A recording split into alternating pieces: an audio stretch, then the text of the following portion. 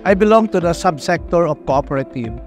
So it is in the DNA of the cooperative that it is part of our mandate and our mission that we will uplift and improve the quality of life of our cooperative members and the people in the area where we serve. Ang lahat ng cooperatives bilang social enterprise, meron po kasi kaming, we are proud na meron kaming cooperative values and principles na clear po doon yung aming tungkulin sa society. Like po ng principle number 6, which is the concern for community. Ibig sabihin, dapat po lahat ng lahat ng cooperatives ay mayroong service for the community.